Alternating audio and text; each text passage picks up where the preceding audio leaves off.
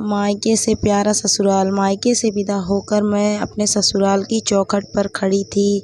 मन में एक डर और अनगिनत सवाल कि न जाने सब लोग कैसे होंगे। मुझे मायके में एक एक चीज़ के लिए सलीके से सिखाया गया था, या ये कहूँ कि तोते की तरह रटाया गया था कि ससुराल में एक बहू को कैसे रहना, उठना, बैठना, बोलना चाहिए। मैं भी एक बहू के रूप में अपने जीवन की नई पारी की शुरुआत करने के लिए पूरी तरह तैयार थी। मेरे दिमाग में सास की इमेज पूरी तरह से टीवी सीरियल वाली सास, मतलब ललिता पवार और कोकिला बेन के जैसे थी। मैंने अपनी माँ को भी हमेशा मेरी दादी से डर के और दबी आवाज़ में ही बात करते देखा सुना था।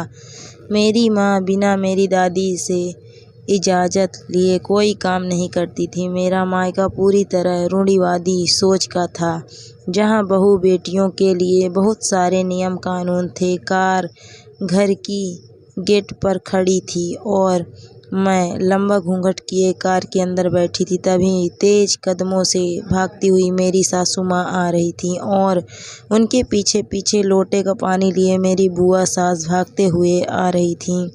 तभी बुआ सास ने मेरी सासू माँ सरला जी को डांटते हुए कहा, खबरदार, जो कार की गेट खोली तुमने बिना धार दिए बहू को उतारा तो मुझसे बुरा कोई नहीं होगा। आज भाभी जान लेना। अरे जीजी, गेट नहीं खोल रही, मैं तो बहू का खिड़की से घूंघट ऊपर करने जा रही थी। बेचारी का दम घुट रहा होगा, ना जाने किसने बोल दिया इसको इतना लंबा घूंघट करने के लिए।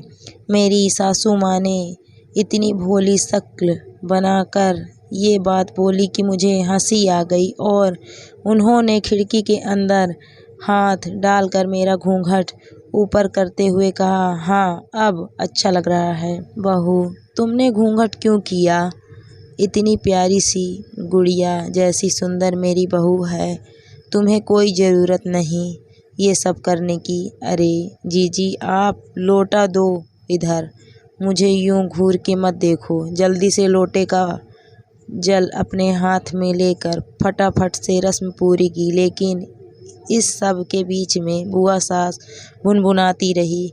मुझे कार से उतार कर वो सीधा एक कमरे में लेकर गई, जिसके बगल के कमरे में रसोई थी। मेहमानों से पूरा घर भरा हुआ था। भारी लहंगे गहनों से लदी हुई मैं कमरे में अकेले बैठी हुई थी। मुझे सुबह सुबह चाय पीने की आदत थी, जिसकी वजह से मेरा सिर दर्द भी हो रहा था। लेकिन कहूँ तो कहूँ किससे? तब तक बुआ सास ने कहा, अभी बहुत काम है भाभी, उठो जल्दी करो, सारे रीति रिवाज निभाने हैं। तब तक मेरी सासू माँ ने कहा, देखो जीजी, बात साफ साफ है, मुझे सुबह सुबह चाय पीने की आदत है और अब मेरा सिर दर्द से फटा जा रहा है, मुझसे ये सब कुछ नहीं हो पाएगा। तभी बुआ सास ने कहा, जब सास ही रस्म रिवाज नहीं निभाएगी तो बहू क्या खाक रीति रिवाजों को मानेगी? वो तो आज के ज़माने की मॉडर्न लड़की ठहरी। मैं सब कुछ चुपचाप देख सुन रही थी। सब अपने अपने काम में व्यस्त थे। रसोई में कोई नहीं था। फिर सासू माँ सरपट उठी। कमरे के बाहर गर्दन निकालकर उन्होंने चारों तरफ देखा और कमरे का दरवाज़ा बंद कर लिया। दरवाज़ा बंद होते मैं डर गई, ये सोचकर कि उन्होंने आखिर दरवाज़ा क्यों बंद कर लिया। दरवाज़ा बंद करके वो किचन की तरफ चली गईं और मैं मारे डर के चुपचाप बेड पर बैठी रही। थोड़ी देर में उनके हाथ में 2 प्लेट में मैगी और 2 कप चाय देखकर मैं चौंक गई। मैगी की प्लेट देते हुए उन्होंने कहा, सिर दर्द हो रहा है ना? मुझे बताया था समधन जी ने तुम्हें सुबह सुबह चाय पीने की आदत है।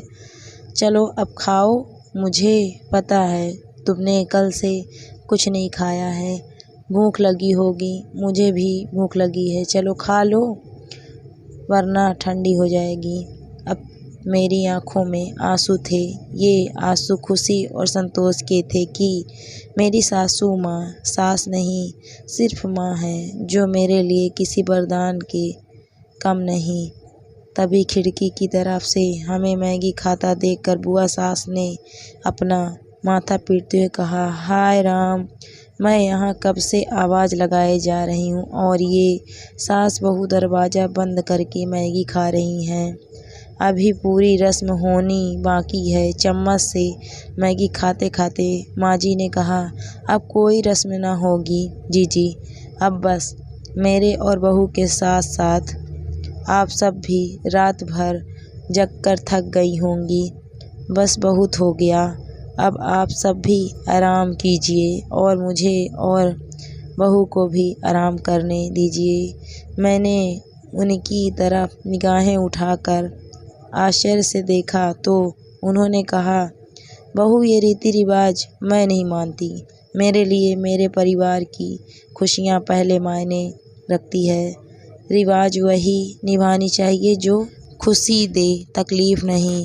तुम भी अब निश्चित होकर कपड़े बदल कर आराम करो।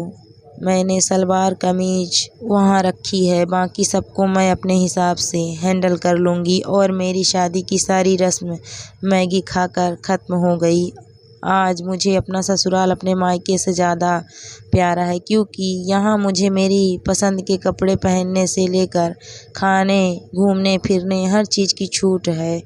मेरा अनुभव ये कहता है कि ज़रूरी नहीं कि हर मायका सिर्फ अच्छा ही होता है और ससुराल खराब और रूढ़िवादी सोच का ससुराल भी अच्छी हो सकती है। बस ज़रूरत सबको अच्छे सोच और विचार रखने की। दोस्तों, कहानी आपको कैसी लगी कमेंट करके ज़रूर बताइएगा। अगर कहानी अच्छी लगी तो वीडियो को लाइक शेयर ज़रूर करें। अगर आप मेरे चैनल पर नए हैं तो प्लीज़ मेरे चैनल को ज्वाइन भी करें। Thank you for watching my video.